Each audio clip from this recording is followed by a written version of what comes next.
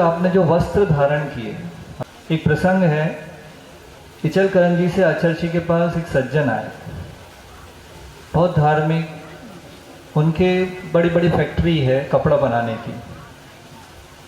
आचर्षी ने पूछा कि आपकी फैक्ट्री में मटन टेलों का इस्तेमाल तो नहीं होता? तो उन्होंने कहा नहीं नहीं, हमारे यहाँ कपड़ा बनता है, बड़ी धोतियाँ बनती हैं, कहीं नहीं होता। उन्होंने पूछा फिर आप कैसे बनाते हैं, क्योंकि बिना मटन टेलों के तो धागा स्पिनिंग मिल में चल ही नहीं सकता। तो उनने मैनेजर को फ़ोन करके पूछा कि हमारे यहाँ धागे पे कोई मटन टेलो जैसा तो कोई नहीं लगाते। तो मैनेजर बोला उसके बिना तो कपड़ा बन ही नहीं सकता। मालिक को भी नहीं पता कि उसकी फैक्ट्री में मटन टेलो का इस्तेमाल हो रहा है कपड़े बनाने में। हर धागे पे मटन टेलों की एक लेयर चढ़ाई जाती है, तब वो पावर मिल या स्पिनिंग मिल में घूम पाता है।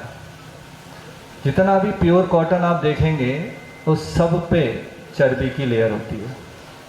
ये जानकारी जब आचार्य को मिली तो उनने बड़े खेद के साथ कहा कि हम भगवान को जो पहुँच रहे हैं जिस कपड़े से, उसमें चर्बी लगी है। रोटी जिस कपड़े के अंदर रख रहे हैं हम कटोरदान में, वो कपड़ा में मटन टेलो चर्बी लगी हुई है। और आप शुद्धि बोल के आहार दे रहे हैं, आपके जो धोती दुपट्टे हैं उसमें मटन टेलो है। तो क्या किया जाए? तब आचार्य ने ये हथकरघा शुरू कराया। वहाँ से शुरुआत हुई, नहीं तो दिगंबर व्यक्ति को कपड़ा बनवाने की कोई आवश्यकता नहीं है।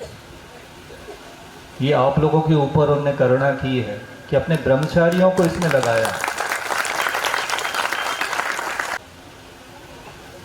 जो ब्रह्मचारी हथकरघा कैसे चलाया जाता है सीखने मालेगांव गए, उनसे पूछा, या उनने खुद नहीं बताया कि हम वहाँ देखने गए तो वहाँ वो हथकरघे में धागे लगे हुए थे, 1000 धागे। अगर उसको वैसे ही चलाते हैं तो 1000 में से कौन सा धागा टूट गया पता नहीं चलता। अब उसको जोड़ना है, बहुत मुश्किल काम रहता है। तो वो हथकरघे जो मालेगांव में और दूसरे जगह पर हथकरघे हैं, उनमें भी चर्बी पोती जाती है हर धागे के ऊपर।